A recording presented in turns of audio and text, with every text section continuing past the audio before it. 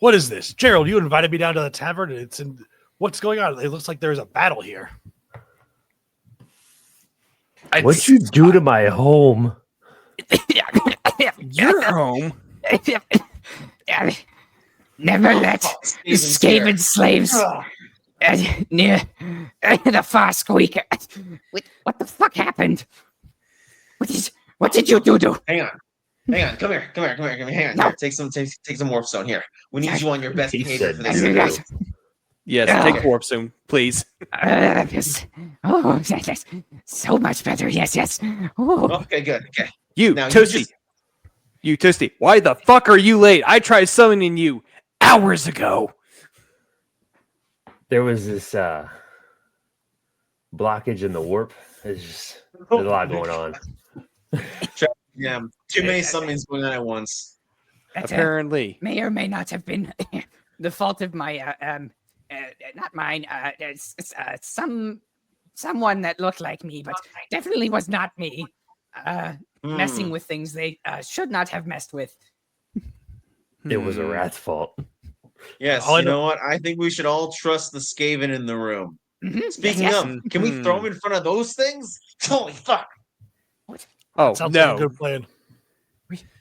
Oh, hey, Fuzz, you got my invitation. I did. I apologize for the state of the tavern. We were not expecting this to happen. I take a break from my smithy, and they got me working here building walls to reinforce from this invasion. So you were the guy that my High King hired. Okay, I heard very good things about you. I thought there was just two Geralds. One dwarf is too many dwarfs. Two dwarfs is the best. I don't. Two dwarves sitting in a hut 5 feet apart because they're too short.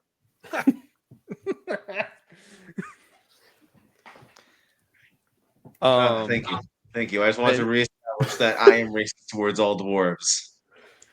Mostly after everyone knows that I, glorious Echo Flatclaw, am the most racist around. You will not hang on. No, I think we have a Bretonian knight actually that frequents our tavern that might actually be in the competitive block for that. He's a professional. Is not even competitive. I am Diamond 1 in competitive racism. Well, unless we figure out what's going on with the people attacking us, you can be racist as much as you want, but you're also going to be dead. You know what? He makes a good point. And like the rest of you guys, I have self-revived. So you know what? I am fine if we keep this conversation going. You say, unlike the rest of you guys, to a warp-spawned beast. I think I can make it back more than you can. Oh, fucking lie. I'll 1v1 you. Come on, I'll throw a fucking overball in your face. Well, Fuzz, it sounds like you're very talented with a hammer. How well can you use it in a fight? Pretty well. Got a good hammer in one hand and an offhand beer, and I'm ready to go. Okay, good. Here's your free ale on the house. We got some brutes we need to take care of. Let's go. I need to bring back my Rocket Stone. I was recently handed some storm fiends. Maybe they could be useful here. Yes. Literally throw everything you got at them, because that's what they're gonna do to us. You, small stinky man, go get the storm fiends. Oh my! I don't think you can call dwarves small and stinky. I think they find that offensive. No, apologies. You tend to look like my Skaven slaves sometimes. Offensive, but occasionally accurate. Not entirely wrong. Is it offensive if it's true? Small, hairy, rugged things. Oh, rugged. I think I'm rugged. You need to die. Wait a second. Hang on. What the fuck is a brute? Okay. I'm a little hairy thing. That's a big hairy thing. Oh, it's got its own hammer. Monkeys. Monkey. I've encountered them recently within my travels. Big hammer go whack. Oh shit, it's a brute chief. Everyone get out! I think I need a bigger shield. Think you need a smaller head? No, Ray, you need the smaller head. No, because then it won't be able to fit in my helmet. It needs to be big enough to support my ego. already have those big, tall forehead helmet things. How much more room do you need? You know what? Let's just keep increasing the size, and then we'll get to that when we get to that. Worry about it later. Oh man. Okay, it looks like the Storm Fiends are getting him taken care of, and he broke their backs. Um, Um, that was not supposed to happen. Hey, Toasty. I think Clearly, Brute blood tastes good. Go. Someone sent me faulty storm fiends. Clearly, that's what happened here. Yes. Well, these things actually worth look like fighting. Come on. Have at it, buddy. Have at it. Go. You never know if they're worth fighting All right. if you don't try. Oh my god. Okay. Hmm. While he's got that brute chieftain taken care of, welcome back to the Grimoire Tavern, everyone. I am your dwarven host, Gerald, joined by the elven bard, Ray, the... Hello. Always good to be back. I own Yes, this tavern, but it's always good to be back. the noble arch warlock, Echo Flatclaw. It is Skaven, as always. Continue to be the best. And we got ooh, that's a nice pile driver. We got our Croxagore resident Croxagore Coronate is wrestling a brute chieftain right now. Say hi, Toasty. Yeah, that was pretty impressive. Hi. Okay, you can get back to pulling his head off. And we have ourselves a new guest. Welcome everyone, the Blacksmith Knight Fuzz. Thank you for having me. Strength of the mountain be with you all in this battle. The ancestors smile upon you, sir. I hate mountains. Too many goblins. Excellent. You can stay away from mine then. Finally, something we can agree on, Exo. Okay. With the anyone who paid attention to our last episode, we had a bit of a cabal problem. And now we have a bit of a covenant problem. It's like getting rid of rats. There's always more. There's always more. Yes. My rats are cooler. No. I mean, At that least you're right. one just got split in half by a fucking gravity hammer. I think your It's your rats could do a clearly little better. Someone tried to backstab trick me, and they sent me the wrong storm fiends. Sounds like a skill issue. I hope you kept the warranty. Good. And oh shoot! Look at Toasty lift up that chieftain. Oh, that's a Bane backbreaker right there. I applaud that. Wow. I'll be here all week. Okay. We need some more cousins to barricade the doors. We're gonna have ourselves a nice little discussion about the covenant. Ooh, I'm interested in these guys. These guys can't be wrong. They're holy warriors. Always good to know your enemy. Always good to know your enemy. So that's why we're gonna have this lovely discussion today. Since this is the Halo half of our Bungie double feature. Ray started us off with a nice little galactic empire that is the Cabal. So we're going to talk about the other galactic empire that is the Covenant from Halo. Are they an empire? Like, would they be classified as an empire? On the Halopedia, they are officially labeled as the Covenant Empire. Yes. Sometimes they are called a hegemony as well, but mostly they're just called the Covenant. As that is the main, as dictated by their, for them, I guess. they are technically a theocratic state. Let me pull up their. They do like take over worlds, even if it is like by bringing them into their fold. So I would consider that, an empirical thing to do. Mm-hmm. The Covenant, also referred to as the Covenant Empire or Covenant Hegemony. So either or, pick your poison. It all works. I prefer empire. Yes. Hegemony sounds weird. Yeah, that is such a weird term. Like the freaking Batarians from Mass Effect. Soon TM. Honestly, again, I like it in Mass sci-fi. Effect, so I'd be down for that. Yeah, I like hegemony in sci-fi because for whatever reason it just sounds like a very sci-fi word to me. It really does. I agree with that as well. I think that like, but when I think of hegemony, I think that there should like, because what is the leader of a hegemony? Like, would that just be a That's a good king or a question. dictator? Because like for me, I want to say like it'd be like a hedrarch or something, right? Like it would need to be like arc or something like intense. So it's a pretty like broad term, but so it's a leadership or dominance by one country or social group over others. So, but it sounds like I think what makes it different than just like an empire is like letting them keep their own cultures a little bit. So think of like I guess like the Roman Empire where they would take over a country, but they would let them keep their own gods and religions. They were just part of Rome. Okay. Yeah, they would adapt various things from the cultures they conquered into their own. So it wasn't like it wasn't like supplanting it. It was like, oh, that's cool. Yeah, that's what like a symbol of the covenant, basically. That's from Halo Wars. Yes, it is from Halo Wars. And then this is just here we go. Okay, I know the Sankhili, and I know the grunts. That's the little, not the grunts. They're called grunts, right?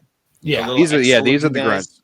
There's Ungoy. grunts, then there's the jackals, and I've just was like reading up on like the basic member races, and I forget what the flyers are called, but they're cool. Yemi or something. Yeah, the Yanma. Yep. Yeah, Yeah. it was like the Pokemon Yanma. Mm-hmm. They're called It's such the humans cool called them names, what the drones. fuck? Yeah, the humans called them drones, or or derogatively known as buggers. Mm-hmm. And then of course you okay. got the brutes. It's a little Yeah. racist. But don't worry, because we will. When they're trying to kill you all. Yeah, yeah, basically. So, like, who's the more racist of this? Hashtag please don't cancel us. Look, guys, This- it's okay. If They're this is not pretend real. racism, it's okay. Exactly. So- It's space racism. We can all no. You see, it's racism when it's against humans. When it's against aliens, it's xenophobia. There we go. but no, not today scared. we're I'm gonna. Being aliens in 2025. I guess in Halo, it's not racism; it's self-defense because they attacked us. They Yes. really Also, did. I just want to point this out when it comes to Halo. Halsey did nothing wrong, and she didn't go far enough. Bringing back a Grimoire classic. Halsey was Yeah. too nice. I would like Halsey to was state too for nice. the record. Okay, look. For the look, record, Given I what would like to state. given what you and Duncan discussed with me, Halsey could have made like 5 or 6 more Spartans at least, and like 11 survive. Right? There's like 11 of them after the end of the war. Imagine if there was 16. That'd be so much better. I mean, is it really considered doing nothing wrong when you originally designed these kidnapped children and brainwashed them to fight insurrectionists? Don't listen to Skaven propaganda. Don't listen to he's trying to bring down the UNSC from the inside like a proper What was Skaven. that? Don't listen to him. He's What an was alien. that line from Spartan Ops where they were asking Halsey how she went through the whole process, and she just looked them dead in the eyes and said, "First, we taught them to be quiet." Oh, jeez. I Valid. never played Spartan Ops. Spartan Ops is good. But so yeah, we're gonna go over we're gonna do like a general overview of the Covenant for this episode, with the exception of the elites, because I'll refer you all to our 7th episode because we basically did a in-depth discussion about them. But yeah, we're gonna cover like all the other major client races. I won't say fairly quickly, but give like a general overview, and then we can always do a deep dive later in like a future Halo episode. So this is kind of like a history and overview, and then if we have time, get into like their weapons and shit, because I got some really cool toys. So Very cool. a lot of what we know about the Covenant started with, as we talked about before, with the a race called with the Sangheli, or the elites as they are called, and then the prophets. Let me see if I can. Are they the Balchinians? Yes, they are the Balchinians. They're like the As I Pope, will- but with testicles for earlobes. They're like I yes. know these guys. I know them because they sit in hover chairs and do nothing all day. I've always Pretty wanted to much. go to a prophet and like just sort of flick my finger at their chin. Right? They're like shittier Professor X. Yeah, that's actually a not incorrect statement. But yeah, these are prophets, just generalized prophets. They are There's a lot of called. them. Wow. Because like I know that there were like prophets that led the covenant, but I didn't realize how many of them there actually were. Oh yeah, there's a whole race.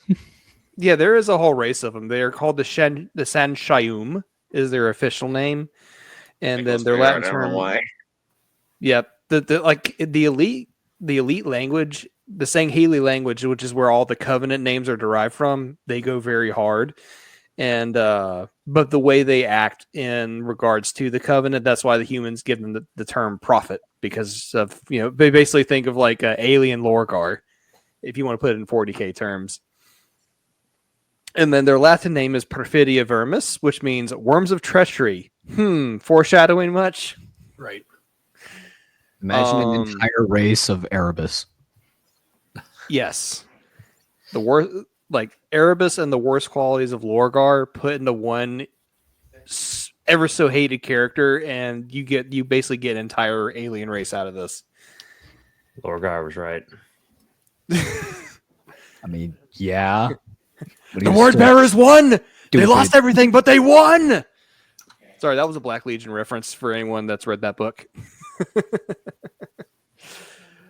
But so quick, some other tidbits about the Sanshayum or the prophets is they're actually kind of tall and lanky, like about anywhere from 7 to 7.5 feet tall, and they're when they're sitting in their gravity thrones, and they are extremely long lived.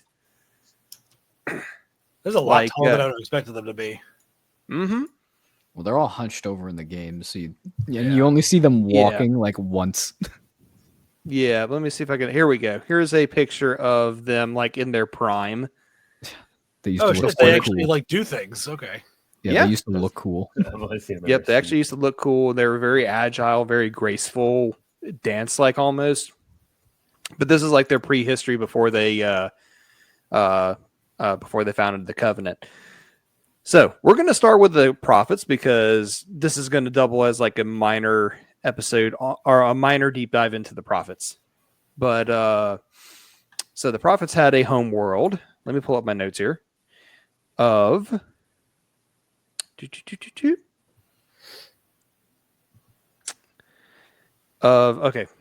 I don't know prophet speak, so I might be pronouncing this wrong, but they have the homeworld called Janjurkun.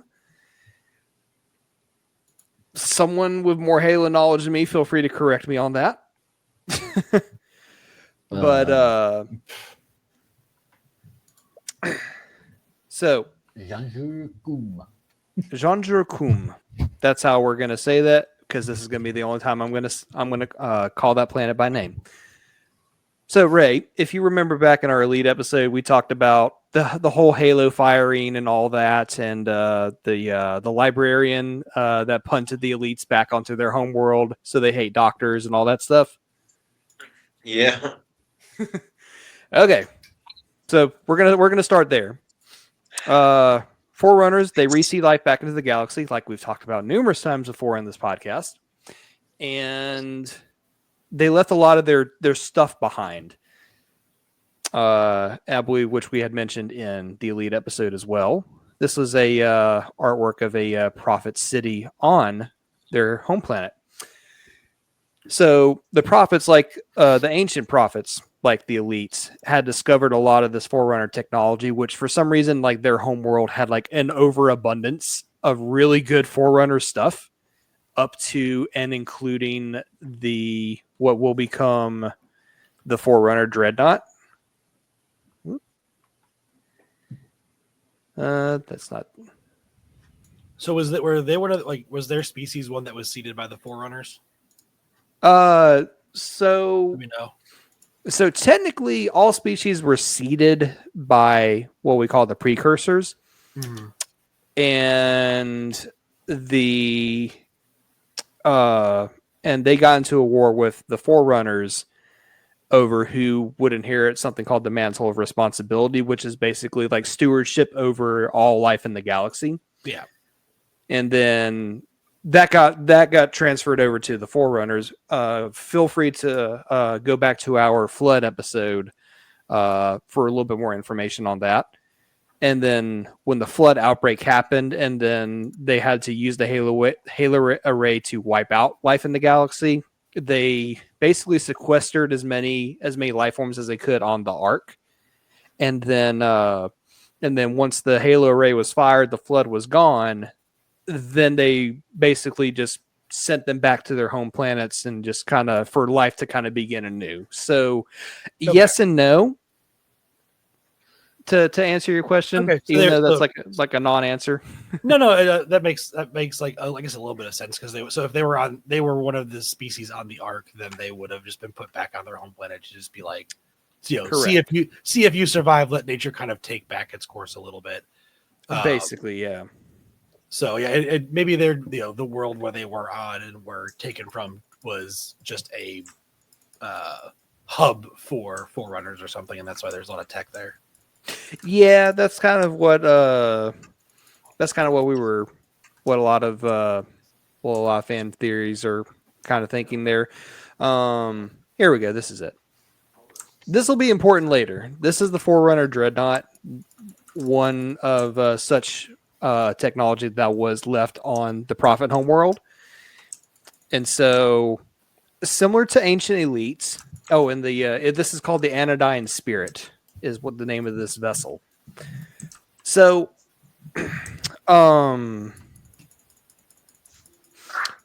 like the ancient elites, the prophets were kind of split into two factions.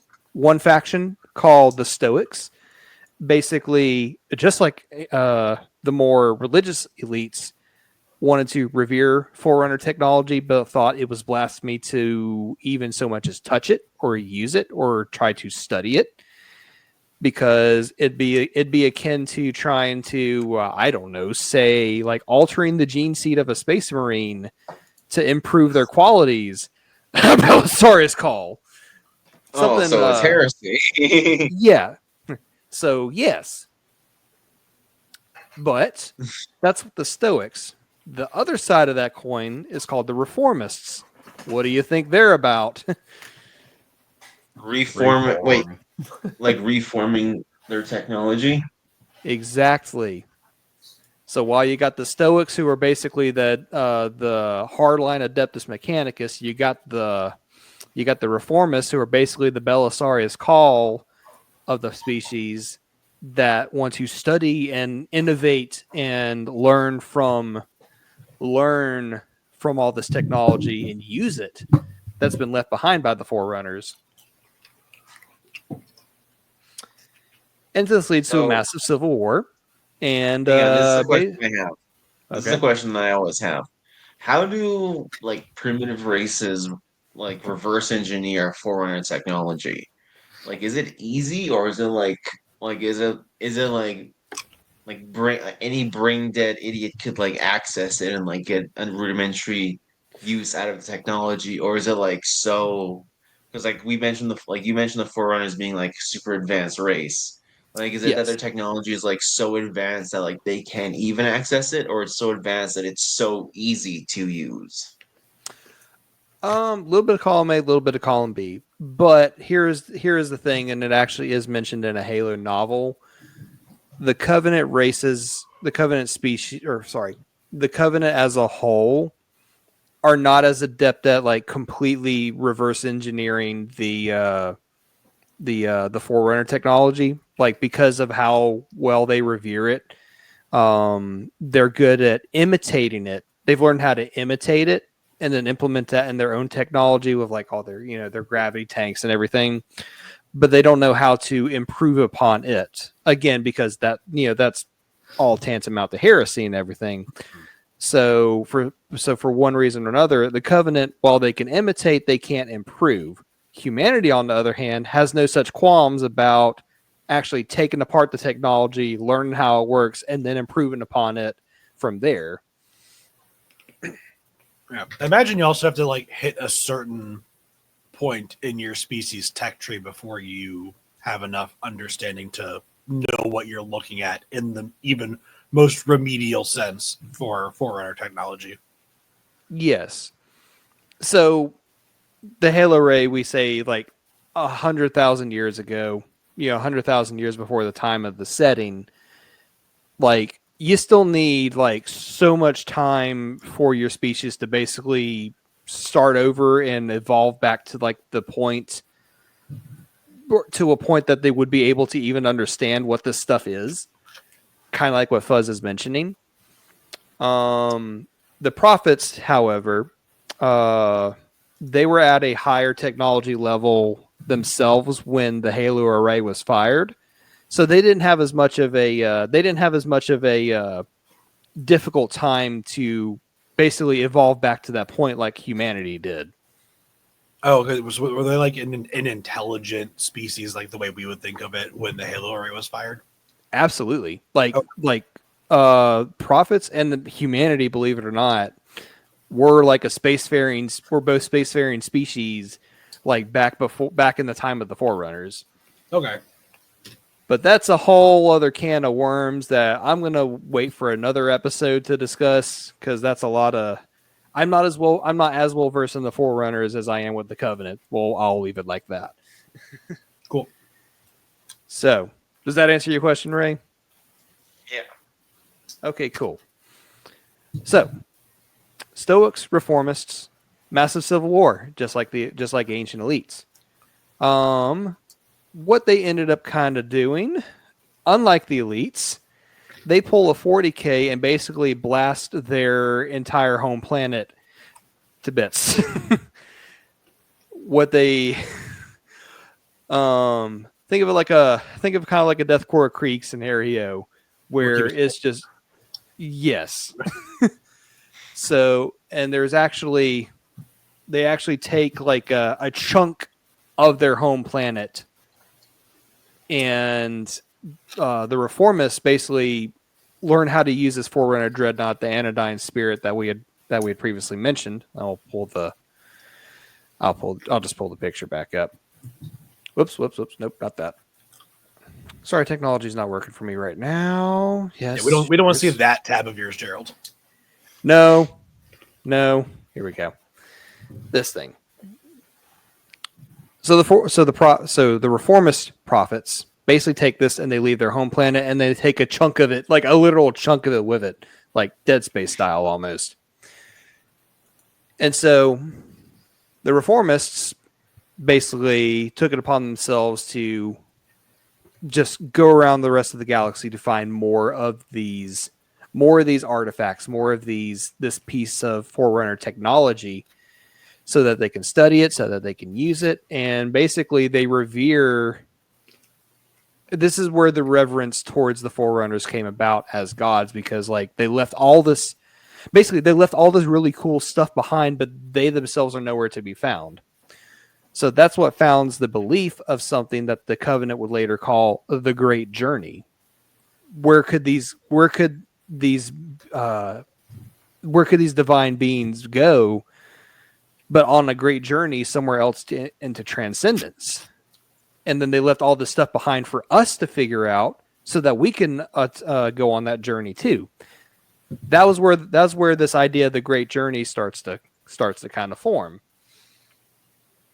So they're going around the galaxy, and then they run into our favorite home world of Sanghelios. Dun dun dun. Dun dun dun. They run into it. That must have hurt their ship. Run into a whole planet, just bump it, just bunk. Yep. Like, oops, my bad. It's like, and it's just like, hey, you're using our shit. What are you doing with that? No, this is heresy. Heresy. Hang on, did they actually like? So hang on, so the San Chayun, like, were fully using like Forerunner technology, and then the Sangheli are using imitations of it, and because it's imitation, they can tell that what the San Chayun have is like purer / like closer to what the original is supposed to be. Yes, and if you remember back to our elite episode, more of the elites took the approach of this is sacred stuff. We should not touch it. We should not mess with it. So then, when they see the prophets arrive in system, and they recognize like this technology that's being used as something by the forerunners, and it's just like, holy shit, they're touching our Lord's sacred creations. No, this is blasphemy. And then that's what starts the whole war between the prophets and the elites. And it's actually called the let me find it. The War of Beginnings, because this marks the very first conflict that would lead to the creation of the covenant. And if you also remember from our elite episode, because the prophets were not opposed to using Forerunner technology, they completely spanked the elites. Our poor split lips. Yeah. That's what they get. But what you get. And go on, get. Shit, not our fault they didn't know how to use technology. So, and if the official date for like this endpoint for the War of Beginnings is 852 BCE. So, like we said in the elite episode, or maybe it was the flood episode. I don't know. I don't care anymore. We were barely out of the Trojan War in our history when two interstellar empires were basically going toe to toe and forming the covenant. That's how old the prophets, the elites, and the covenant are in comparison to humanity. That's always just a cool thing to consider, though. Mm-hmm. And then, and I think I mentioned before, there was an arbiter. Granted, arbiters back then at the very beginning were used differently than they are as we know it. It wasn't necessarily a mark of shame or a suicidal mission. It was like this was the leader. This was a leader of the elites that everyone trusted. And so the elites proved to be really good warriors, and the prophets proved to be really good administrators. I mean, they had their own warriors and they had their technology. So that was when they came together. And I want to say it was Exo that actually made the comments before of, hey, we kind of worship the same God. So let's just get together and go on a holy crusade for this kind of same God. Mm-hmm. Because that turns out so well for everyone involved. You guys are big and strong and kind of stupid, so we'll be your leaders, right? And we'll sit in these floating chairs and we'll tell you what to do, and you're not gonna really say anything about it, or else we're gonna turn your best rank into a mark of shame. Because we just do that. because we can. That actually doesn't happen until fairly recently in the grand scheme of things, but I'll get to that. I'll get to that in a little bit. So the elites and the prophets come to an agreement, and the covenant was officially founded with what is called the Writ of Union. And I actually do have text for this. So this is like the first part of the Writ of Union for the founding of the covenant. So full of hate were our eyes that none of us could see. Our war would yield countless dead, but never victory. So let us cast arms aside, and like discord our wrath. Thou in faith will keep us safe, whilst we find the path. That's and cool. then Nursery the ass very rhyme. next, yeah, and then the very next year, the Anodyne Spirit, and then that chunk of the prophet's homeworld planet is used as the basis for the founding of High Charity. So the city's being built around the dreadnought here in the background. That's basically going to be used as like the main power source for the city. Okay, so they attach the planet around the core of the dreadnought and just use it to make a planet ship. Basically, so this is an in-game screen from Halo 2, and you can see the Forerunner dreadnought here, and then the city around it. It's all kind of settled onto that like planetoid bit, and then the rest of High Charity was built around it. Okay. So let me find a picture of. It's been a minute since I've played any of the Halo games. That is perfectly okay.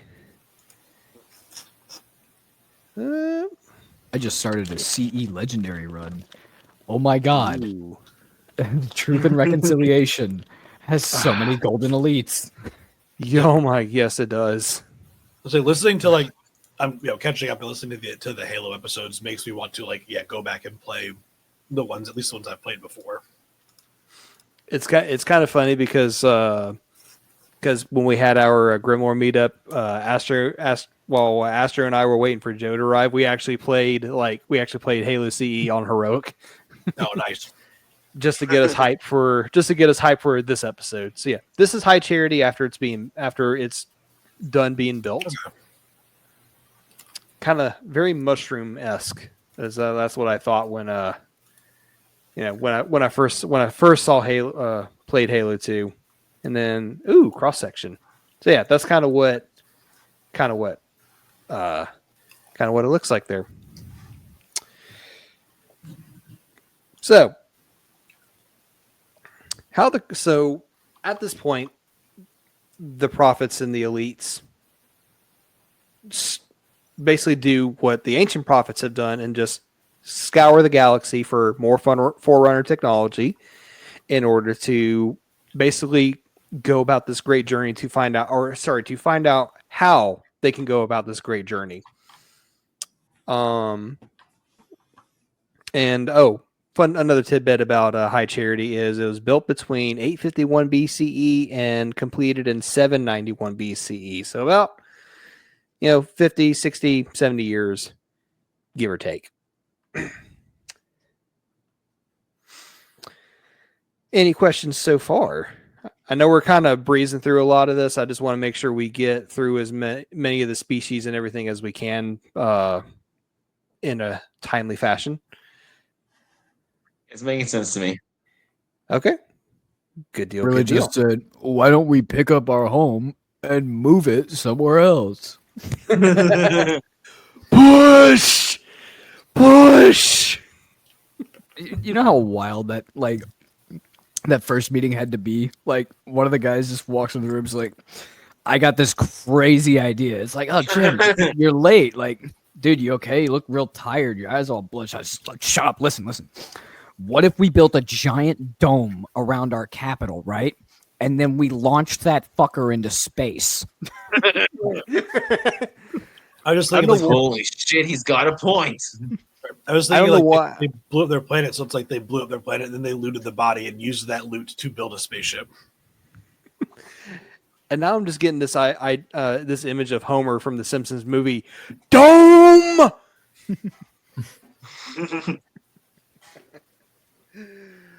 So, okay, I can't unsee that now. Okay, so before we go into the other species that they meet along the way, we'll just talk very quickly about a little bit about their culture. So the Covenant split. The way the Covenant date their events and their history is a little bit different from us because everything follows a set of ages, and so Covenant history is split into 7 ages. Ha ha ha! I see what you did there, Bungie.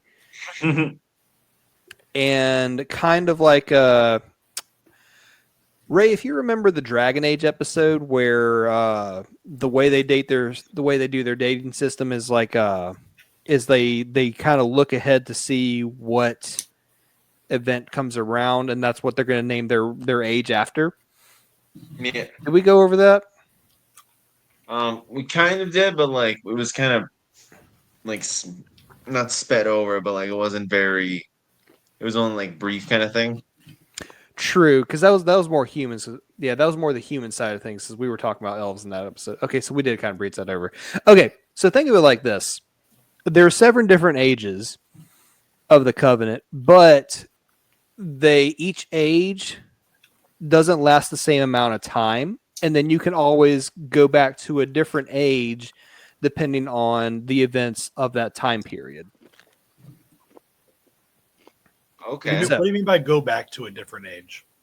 So, okay, I'll go over the different ages, and then I'll explain what each means, and then that might make a little bit more sense. Cool. So we have the age of abandonment. We have the age of conflict. We have the age of discovery and reconciliation. We have the age of conversion, the age of doubt, and the age of reclamation. So, the age of abandonment, that was basically, by their records, when the Halo Ray was fired and when the Forerunners had basically just jumped ship. As far as they know. They don't know that the Forerunners died. So to them, that was the age of abandonment was from when the Halo Ray was first fired to when the Covenant was first formed. There's only ever been one age of abandonment. All right, now age of conflict. It basically just states any major wars that the Covenant take part in.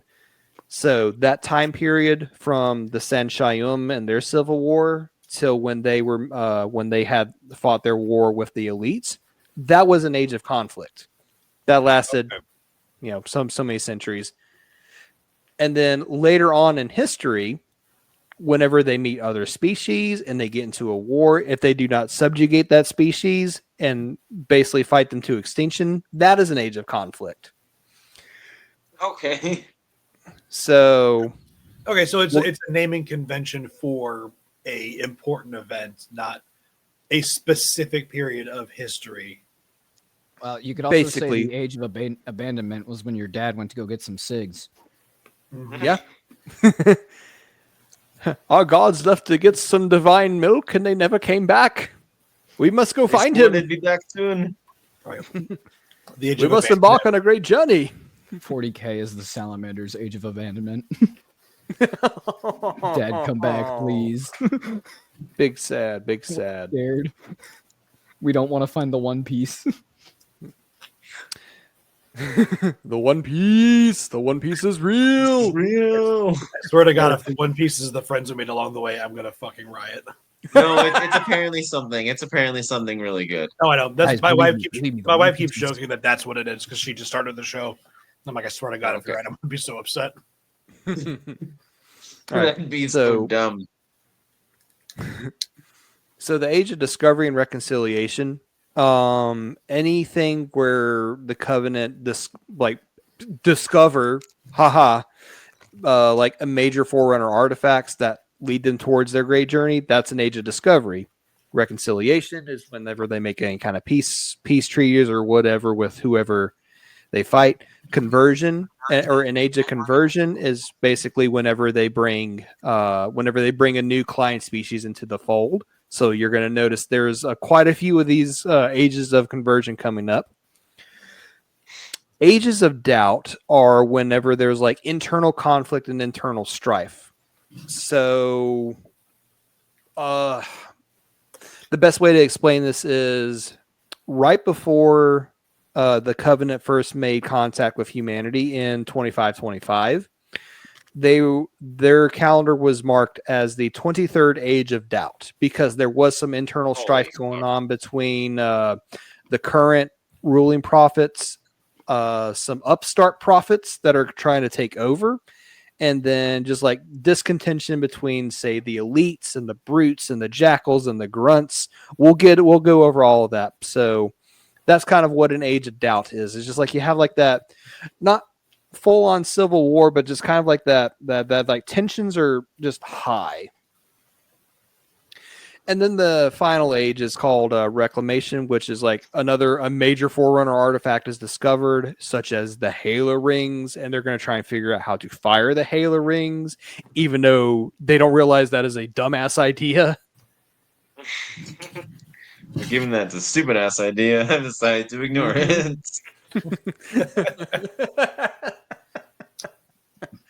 And we do have a quote from a from a brute chieftain called Maccabeus, and this is how he summarizes the ages to like his brutes, like when leading like a prayer. The first age, ignorance and fear. The second age, rivalry and bloodshed. The third age, humility and brotherhood. The fourth age, wonder and understanding. The fifth age, obedience and freedom. The sixth age, faith and patience. The seventh age, journey and salvation. So you can see a lot of this has like a very, very, very religious bent to it. Oh yeah. Which is why the title of this episode is called The Other Imperium of Alien Kind. Okay. Because you'll find, like, my favorite, ever since coming into the, I've been a Halo fan for like 20, 25 years of my life. But when I came into the 40K hobby and I learned about the Tau existing, I'm like, oh, these guys sound like the Covenant. But then I realized, the Covenant are basically the Tau, but they act like the Imperium. They also actually do the whole mixed races thing. I'll say I'll talk to you about sometime, Joe. But the Tau absolutely act like the Imperium. They are surprisingly analogous to the Imperium. Interesting. I'm definitely keen to hearing that on at some other point in time. So yeah, that's kind of so.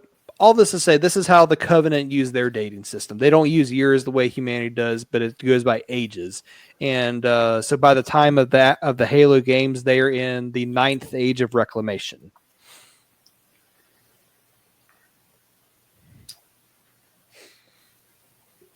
Now, does that kind of make a little bit of sense? Yeah, because it's an age of a thing instead of the age of a thing. That makes a lot of sense. Okay, good. Perfect. Okay. And then, of course, so you have the prophets at the top, but there's different levels to it. So I forgot to mention during this first war with the saying Healy, it was 3 prophets that signed, or 3 lead prophets that basically helped sign this writ of union.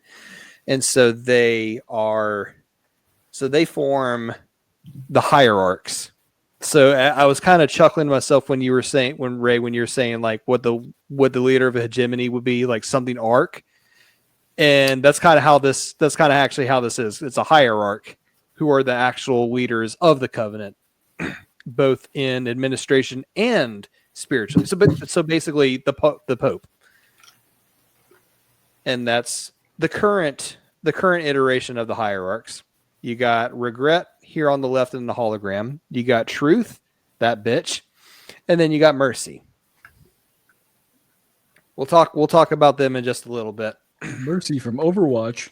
What's she doing in Halo? Healing the Covenant. And then they run what is called the High Council, which is basically you got your lesser prophets like here on the left that you can barely see, and then you got elite counselors, which would be here on the right that you can't see. And elite counselors, I know we went over all the elite ranks and everything. Here we go. This would be an elite counselor. They base that like that pearl white armor, but then they have like that weird headdress that marks their status. It's like a stingray hat. Kind of. Fun fact. I think I was looking at watching a commentary on Halo 2, and the guy said like this was inspired by the Xenomorph Queen. Nice. Yeah, I can see it. Yeah, that makes sense. So this was like the ruling body of the Covenant until they started to get more client species into the fold. And they were the ones that basically made all the decisions of So basically, the elites, they were the military commanders. They were the ones that were boots on the ground. They're doing the fighting and everything. The prophets, they kind of stuck behind. They did most of the administrating, and they had all the access to the technology. So this is not it is a client species, but not necessarily, because you see them in Halo 3 ODST, and you do see them in Reach. These are called the engineers. I love engineers. Virgil, my love. They're cute. You just want to take them home with you. Although I want to. Although I am told they stink. Don't put them around fire, and they also stink really bad. So don't put them around fire unless you're Johnson. Unless you're Johnson. Chucking a fucking lighter at one of them. So your brute masters killed millions of my people. Now they're digging a hole in my planet. I want to know what they're digging. And then the elite term, or the covenant language, or elite term, Sankheili term for them is called the Huragok. But I'm going to call them engineers because that's just a little bit easier for my tongue. You ever seen that meme of like Virgil with angry googly eyes holding a Glock? It was a Huraglock. Why? I love that. Why exactly they call engineers? So okay, so the reason the humans call them engineers is because they're actually not a biological species the way you and I are. They are actually a creation of the Forerunners to help maintain their technology. So they have like this. Almost think of it kind of like a floating squid version of a Jacaro. Like, you have no reason to think that they were good with technology, but all of a sudden, like, boom, here you go. They just whipped you up like a plasma gun or something, or is it's like, oh shit, I got a broken axle on my Warthog. Here comes a engineer. Okay, your axle's fixed. Boom, you can go drive. They're like, hang on, are they like, I don't want to say are they robots in that are they programmed, but like, are they just like not like, let's say they show up in a war zone between like the Covenant and the humans, and like both sides are fighting, and they wander into like human territory and they aren't instantly killed. Would they just like, by no communication, no request, nothing, they'll just find a Warthog and like willingly repair it? Like they're almost like instinctively driven to repair / maintain technology, or is it something that they? I am so glad you asked that, because there actually is an excerpt. So I think you know what I'm talking about. I'll let you take this over. Is it from the ODST book? I'm thinking of either the Fall of Reach or the Flood. Oh, I'll let you say your thing first then. Okay. So the excerpt I'm thinking of is Master Chief is fighting a bunch of Covenant, and there's like some kind of damage to like his armor system or something. Like his shields just go out and go down. So he's hiding. Here comes this engineer that's just floating around the battlefield or whatnot. Now, technically, engineers are on the side of the Covenant, but just like you were saying, Ray, they more or less just live to basically maintain and uphold technology. So here comes this engineer flying around, and then it sees Master Chief, and then his shields are down or whatever. He goes over. Chief thinks the engineer is going to kill him or something, but no, the engineer just got like, and then just like completely fixes his Mjolnir armor and brings his shielding back up, and then he just starts to fly away. Unfortunately, Chief ends up sniping the guy down anyways, because he did not want to risk like any information being brought back to the Covenant about what the engineer just did. So that was my thing. like because it could have like, I don't know, got some information on like the Mjolnir armor. Exactly, and like there's no. The engineers have a way of communication that humans don't quite pick up on until Halo 3 ODST. Like the only species that actually did somewhat learn to communicate with the engineers is the grunts. Aren't they made of like nanomachines as well? Yes, they're kind of like they're like a bioengineered species. So they're not like truly organic that evolve the way we do, but they're still living. They're still like a living creature that have their own thoughts and feelings too. Okay. It's kind of like that weird. They're not AI, but they're also not like a natural species, so to speak. They reminded me when I was like doing a little bit of brief reading on them beforehand. Reminded me a little bit of like the caretakers from Mass Effect. That's a very good comparison to make, honestly. So I there's played a Mass little. Effect 1, and I was gonna mention them, but I don't know. I didn't want to seem stupid by making the comparison. There's a little portion in the ODST book Bad Blood that kind of just goes into like how the engineers act. They have two of them. One of them is Virgil from a previous game, and the other one is just some other engineer. And they have their own little like sort of pelican, and their own special ops squad. Buck and the others, and they're getting complaints from the pilot. The pilots tell them like, y'all, you need to get rid of these fucking things because they keep upgrading the Pelican. I can't get them to stop upgrading the Pelican, and every time they do it, I have to figure out how to fucking work the damn thing all over again, and they won't stop upgrading it. That's kind of cool, actually. Like, I agree. They even sucks, but at one like, I point they like had that. at one point they had to like separate the two of them and keep them away from the hangar. But yeah, And, apparently they gave the Pelican cloaking technology too. Yeah, like so if you want to think of it like in other sci-fi terms, they're like the caretakers from Mass Effect, or they're very similar to the Jacaro from 40K. So these are the engineers. I'm putting them here because they were kind of with the prophets from the very beginning. That was how they were able to that's how they were able to learn to use the Forerunner technology the way that they do. Is all through the engineers. Okay, so like they use the engineers to make everything work, but then I'm sure they take all the credit for it. Absolutely, because this is the prophets we're talking about. So they are assholes. Oh yes. And during the late stages of the war, when things were getting really, really, really rough with between humanity and the Covenant, the Covenant did start to use them as basically makeshift suicide bombers, but I know kind of unwillingly, because when you play Halo 3 ODST, you see a bunch of brutes that are kind of crowded around an engineer, and they're putting like a bunch of spiky armor and stuff on it, and then they let it fly or whatnot.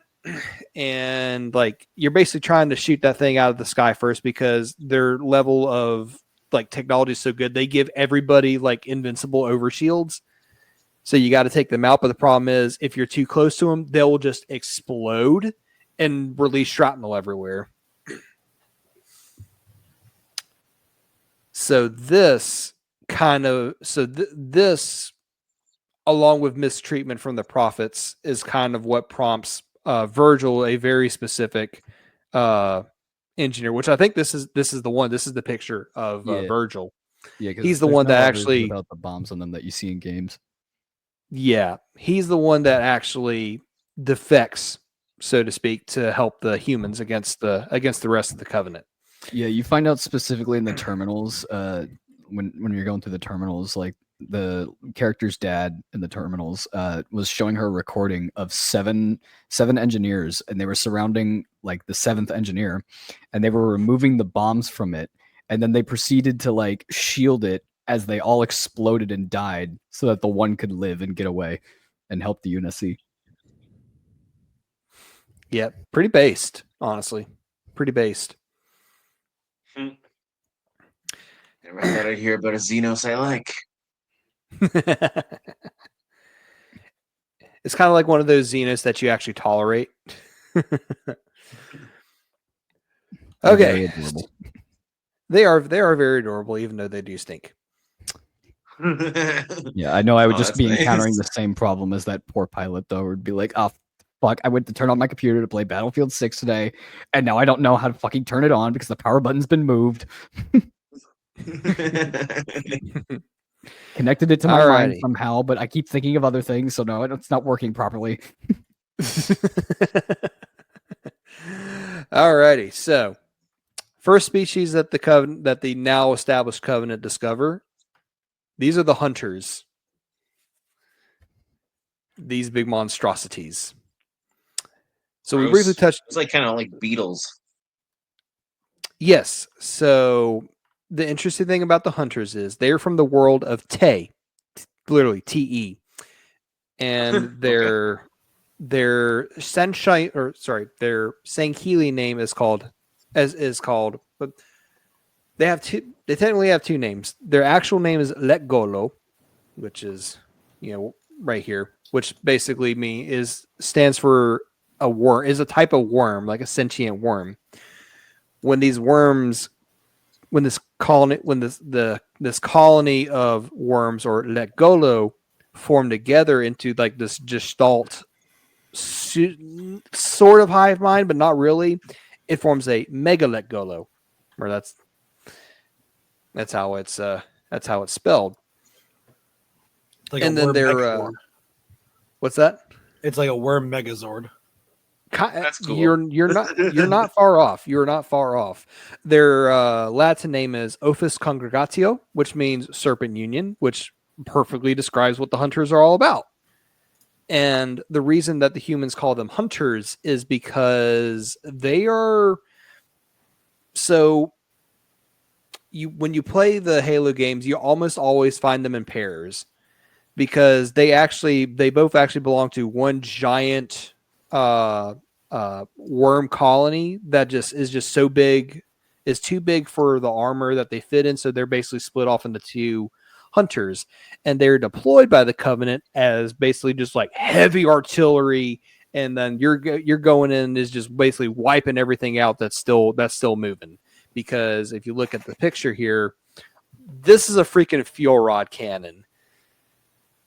And there are two modes to it. One is just like a single burst of explosion that you'll mostly see in the Halos 1 and 2, and then but then there's another mode that's basically just like a big giant stream of plasma energy. So these guys are basically walking tanks. But when the Covenant first discovered them, they were literally just like this, like just a colony of worms that are so omnivorous they actually eat metal. And then when the elites first sent their scouts, they found them eating Forerunner artifacts, which caused the elites and the prophets to freak out. They're gonna eat our ship. Still the coolest. Stop it. Stop eating the cross. Stop. So they originally had the Letgolo scheduled for extermination, like because of like just such blatant blasphemy of eating Forerunner technology. But they realized when they got together in these colony forms that they are just like, okay, these guys damn, they got hands. That If sort I of can thing. direct their hunger. Exactly. And so, and I forgot to mention this, they were discovered in 784 BCE. So again, we're like in like Golden Age ancient Greece. And the Covenant have already found their third member. So this event overall was called the Taming of the Hunters, because there was an elite arbiter that was sent into that learned how to communicate with these hunters, and then they were able to basically say, okay, we'll stop exterminating you if you come to our fold and act as our ground troops. And so hunters said, sure, because what other choice do you have when the other option is exterminatus? And I believe I mentioned in the elite episode, but in case I didn't, despite being this colony of worms, they have like a certain sentience to them, like a certain philosophical intelligence. Because one of the things that was pointed out in a book, I can't remember which one. Exo, if you remember it, feel free to help me out. But it was like these hunters are absolutely brutal in what they do and how they fight. But then, like, as soon as the battle's done, like the second they're done raging, it's just like they just kind of stop. And then they have like this really low grumbling tone about them, but then that's like them reciting war poetry. So it's like you go into a berserker rage, but then once all the fighting's done, it's like, okay, we're gonna write some poetry now. They're dreadnoughts. Essentially. It's nap time now.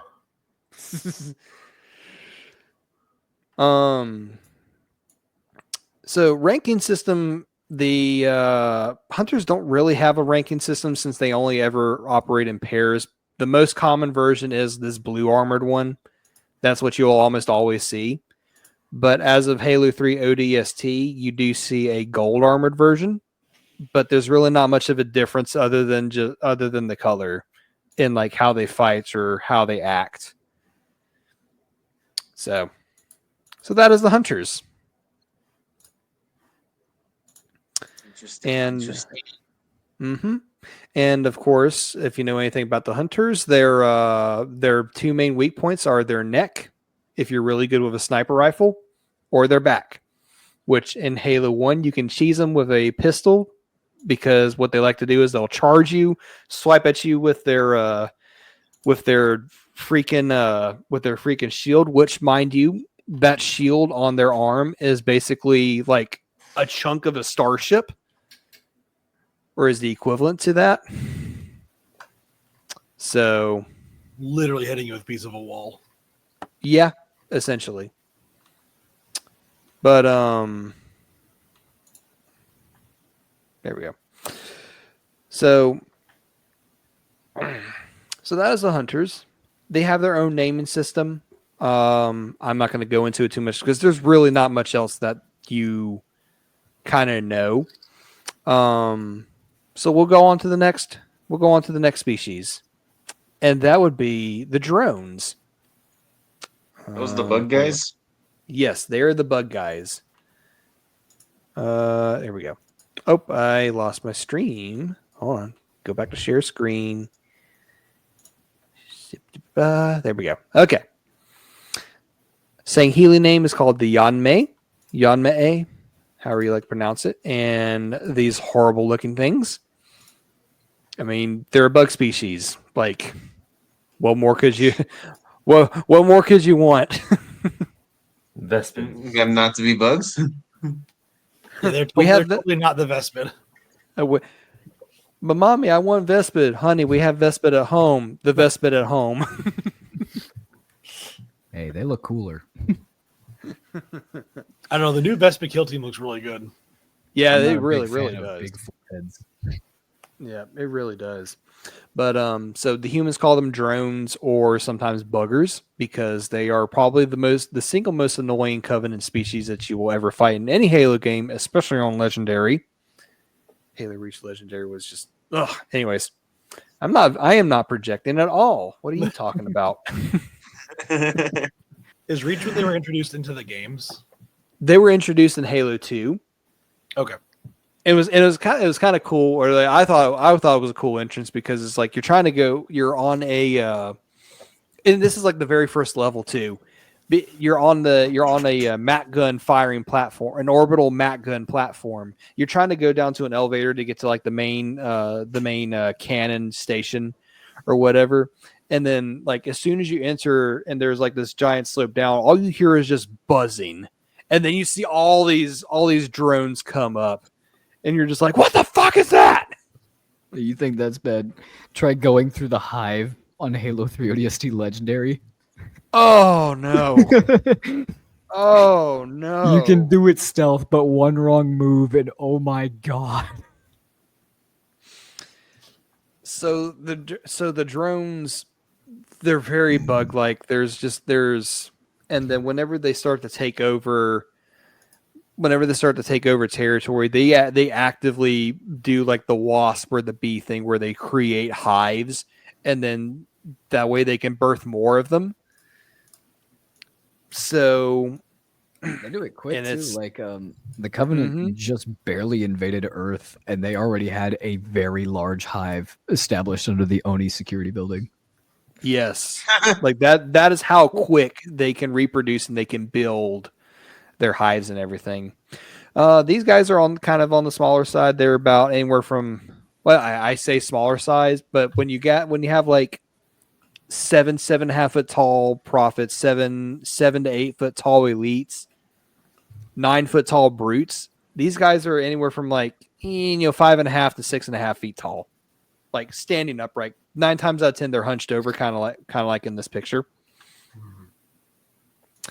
But they're from the world of Palamak, and they were actually discovered in space because they're able to traverse zero gravity in a way that, yeah, the elites have their own gravity suits or their ranger outfits, kind of like a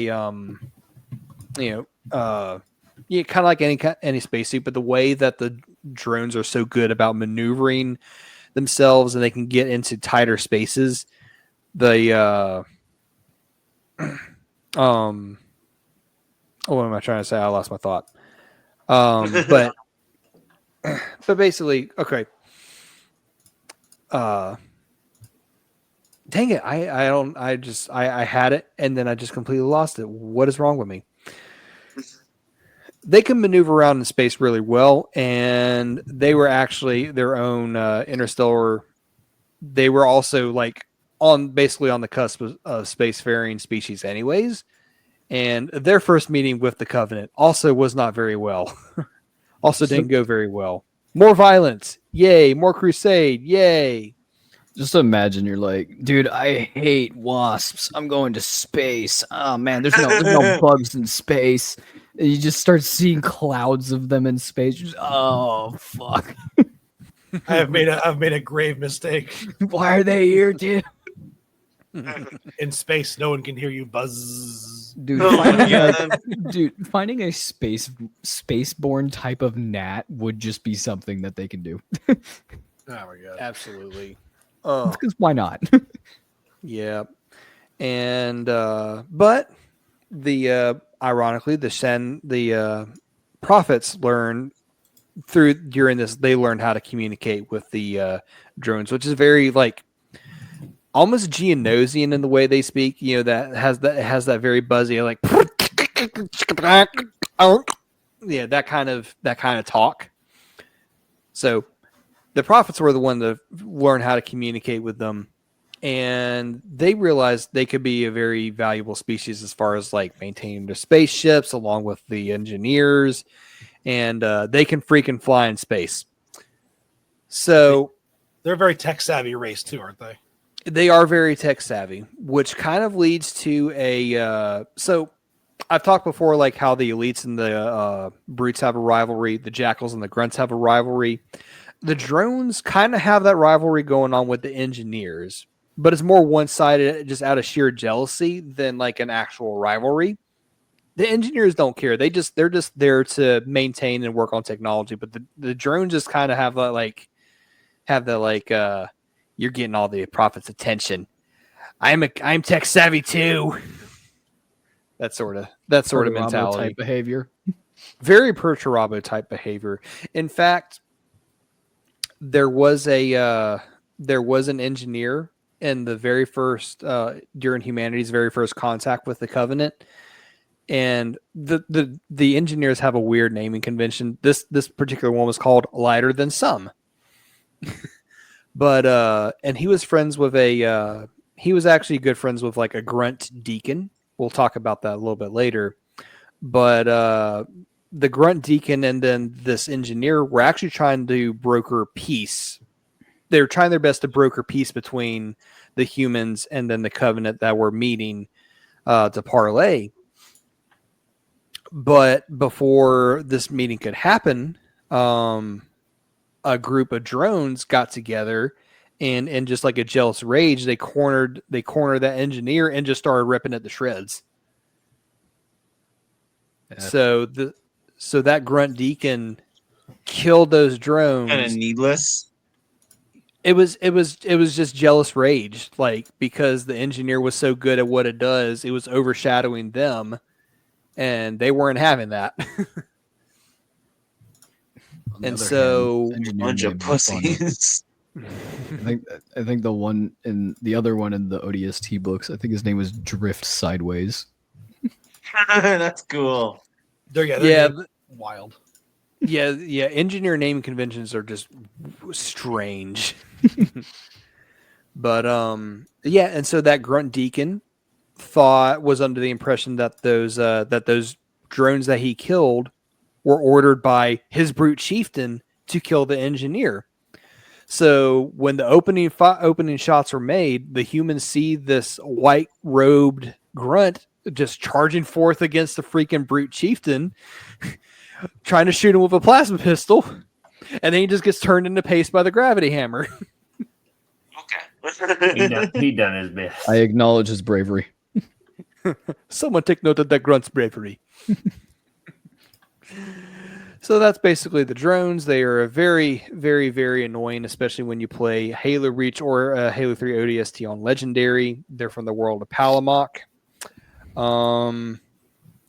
That's kind of all there is to know. They do come in like different ranks, so to speak, in different colorations, but it's because they're zipping around so fast and you're just trying to basically spray and pray them out of the sky. That's like it's not like the ranking system of an elite or a brute or anything like that. And these guys, since they can fly, they're like basically like also sort of like your scouts, or just like they're really good at like reposition or shoot, reposition, reacquire, that sort of stuff. Oh, and this is the kind of hive that Exo was talking about under a human city, nonetheless. Yeah, I think it was done in it. Like, so let's see.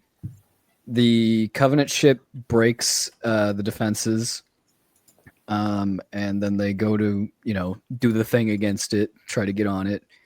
That's when the drop pods are launched, and that is 6 hours before ODST ends, I believe. No, 6 hours before you get to the actual hive itself. So give or take maybe 8 hours.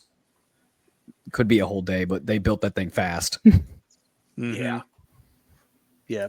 It's wild how quick they are. Oh, they actually do kind of have like a caste system, because bugs hive mind, all that stuff. You got your hive queen, you got your protector, it's your workers, blah blah blah blah. It's bugs in space. Who'da thunk? Bugs in space. Oh, is that what the queen looks like? I don't think I've ever actually seen what the queen looks like. I don't think. I think this. So apparently, that's a concept art of a queen. Oh, that's really fucking cool. Holy shit! That slaps. It looks like it's wearing a dress. Right. I say it looks like it just has like the whole crown thing going on with like the backwards head horns and whatnot. Yeah, that's cool. Interesting. Even I learned something new. All right. Oh, would you look at that? Hey, it's a nice little ranking system. So basically, they're just in like lots of shades of greens, browns, maybe some whites and some reds. Let's do a drone color tier list. That's what the elite episode was for.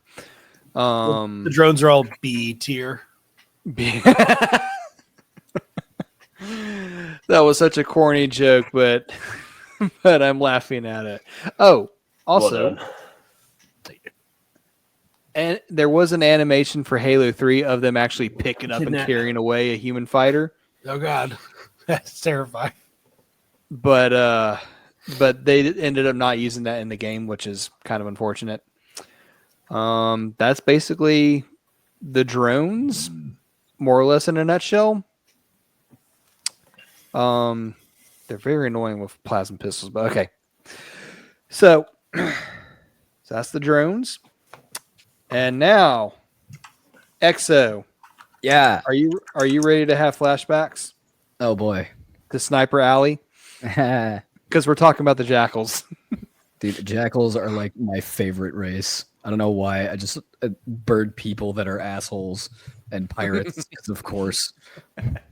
I've loved like that shields like that almost like ancient world of Earth shield where it has like the hoplite shield or it has like the cutout to stab your spear through, but they just shoot you with a fucking needle or a plasma pistol through it or whatever.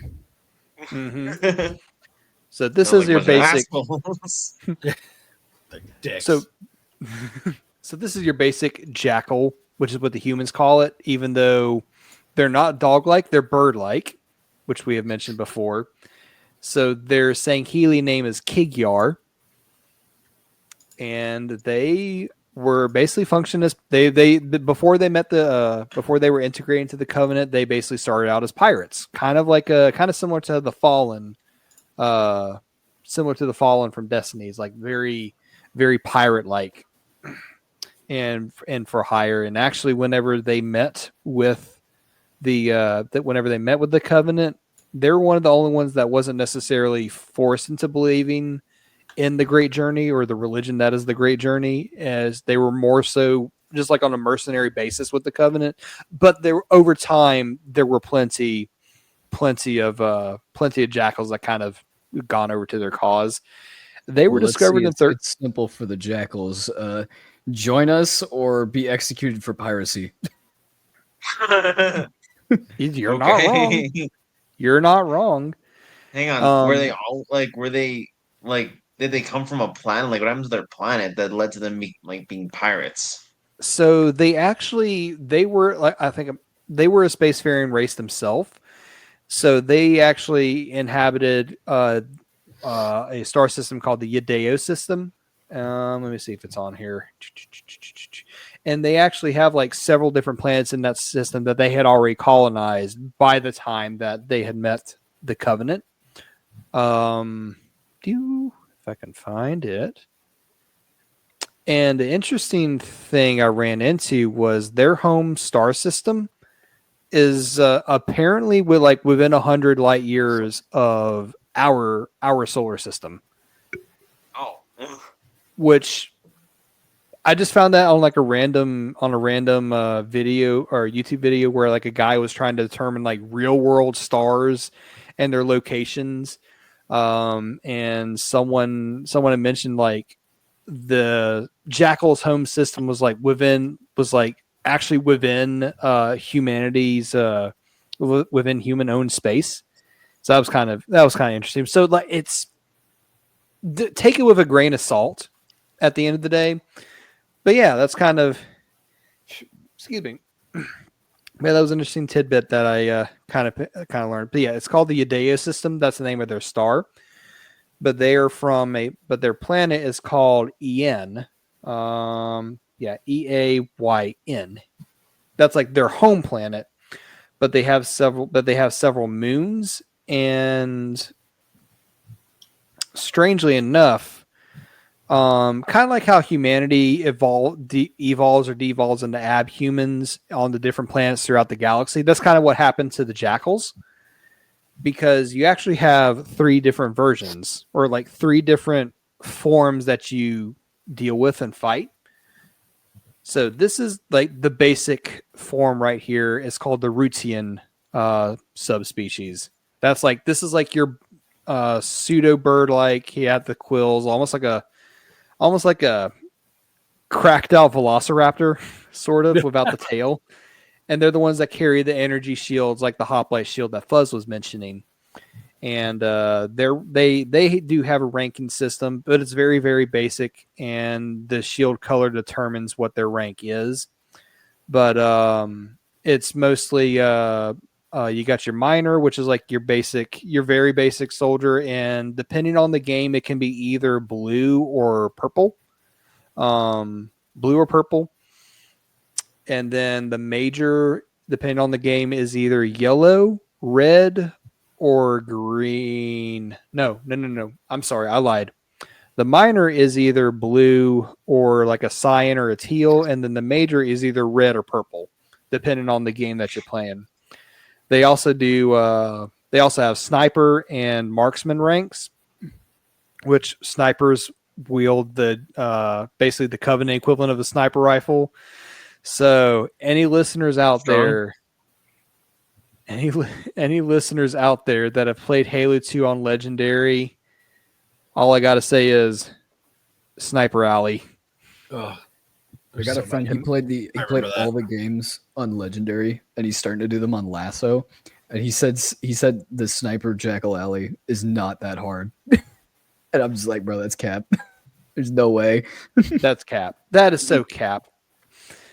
So that's your standard. Oh, actually, I forgot to mention too, because the Jackals have this. Because the Jackals do have that space pirate thing to them, even before they met the Covenant, they actually do have ship masters, ship mistresses. So they actually can lead their own lead fleets of Covenant ships, like in the Covenant military, if they were skilled, or that skilled. The next version is called. Like they have the freedom to do that. Yeah. And actually, the very first contact ever between humans was a Jackal spaceship under the employ of the Covenant, and it was a ship mistress, a Jackal ship mistress, talking with like her guards and whatnot about like interacting with this new species. So yeah, Interesting. It's very, very rare, but it can be done. So the next subspecies of Jackal is called the Tavoan, and these are your skirmishers. This is your cracked out crew from home. This is your cracked out. We have crew to home. That I think we talked about in the Elite episode. These are a lot more bird-like than the previous example, but they are also extremely fast, and they have a preference for dual wielding plasma pistols, needlers. And instead of that giant hoplite energy shield that the other kind have, they just have like those little arm gauntlets, basically to protect themselves. So that is it's called Tavoan, but then the humans call them skirmishers just because of like how fast they conduct themselves. And they have a little bit of a ranking system too. This is what you would call a minor, just typical flat gray armor, no helmet or anything. Major, I can't remember what the coloration is. So the basic thing with any kind of ranks in the Covenant is very similar to what you would see in. This is a major red coloration and the red plumage. The main thing with the Covenant and how the ranks work is this is like a Bungie staple of is just like it's all determined by it's all color coded. So it's just like all your low level ones are this color, like your middle level ones are this color, and then like your high elite ones are this color. This is very much exemplified in how the Covenant operate. Gold elites are to be feared. And especially on Legendary. Especially on Legendary. Why are there like 7 of them in Truth and Reconciliation? I don't remember there being 1, but then again, I played it on Heroic, so there was only 1. When you go up through the portal, and you know how there's like it's dark, and then you get your first encounter with invisible elites. The first one is just a normal blue elite. After that, though, like every wave that you have to fight, which is like a bunch of grunts and jackals, there's one gold elite following them. So if you're not careful, you could be like getting chased by like 5 of them. Ugh. All of them can one tap. All of them are like can tank a shot from a sniper rifle. Yeah, because all the golden armored elites from CE are overshielded. Yeah. Gross. Yep. All right. So next one up is a Murmillo, which is more heavily armored, has the arm bracer gauntlets, the energy shielding, that sort of thing. Next one up is Commando, I believe. Commando, which is green armored. They might have a needle rifle, which is like think of like a Covenant carbine, and then but then turn it into a needler. That's a needle rifle. So there you go. And then The highest ranked skirmisher is. Their highest ranked skirmisher is. There we go. Is the champion, which is their fastest, which is golden armored. They have a needle rifle or a sniper rifle, and they are fast. That picture looks very wolf-like too. Here's Maybe just the angle, but yeah, it's very. Could be the angle, but I mean, I can even this I can kind of see it. But yeah, golden armored, very aggressive. Here we go. Ooh, scary. This is if you ever hear someone say someone call the jackals scary murder birds, that's where these come from. That's where this comes from. So far, they've all been friend-shaped. They've all been friend-shaped. Toasty, everything to you is friend-shaped. Or pet that dog. Can I pet that jackal? Yeah. And then the third version is called a Ebesian. This monstrosity, you don't see this until like Halo 4 and Halo 5. They're a lot more reptilian in appearance and just scary, like haunting, so to speak. And then but they function just like your regular jackals. They're shielded. They're more reptilian like as opposed to bird like from your traditional ones. So the jackals were discovered in 1342. So we're like basically right on the cusp of the Black Plague in Europe at this time frame. And so the jackals, they get hired on as mercenaries. They are basically serve as pirates, and just like what Exo was mentioning, like serve us as your mercenaries or get executed for piracy. There you go. And the thing about the jackals is, here's a drawing of a skeleton. Bird people. I don't know why. So like Halo 4 definitely changed, or at least 343's new design with Halo 4 and 5 changed a lot of how the things looked, but they all still looked relatively the same. Grunts still look like grunts, elites still look like elites, and jackals, they still have the same silhouette, but they don't have a beak anymore. They're just. It looked. I mean, weird. these look more like almost like Tyrannosaur jaws, kind of. Yeah, they look cool as hell, but like, I don't know. It's just like by itself in a vacuum, they look fine. And I'll talk about the Covenant and Halo 4 and Halo 5 too, if we have time. But it's just like the art direction was just different, and that was jarring for a lot of fans.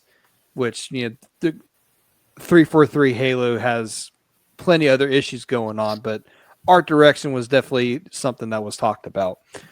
The jackals, they're like between 6 and 7 feet tall, or 6 to 6.5 feet tall. Sorry.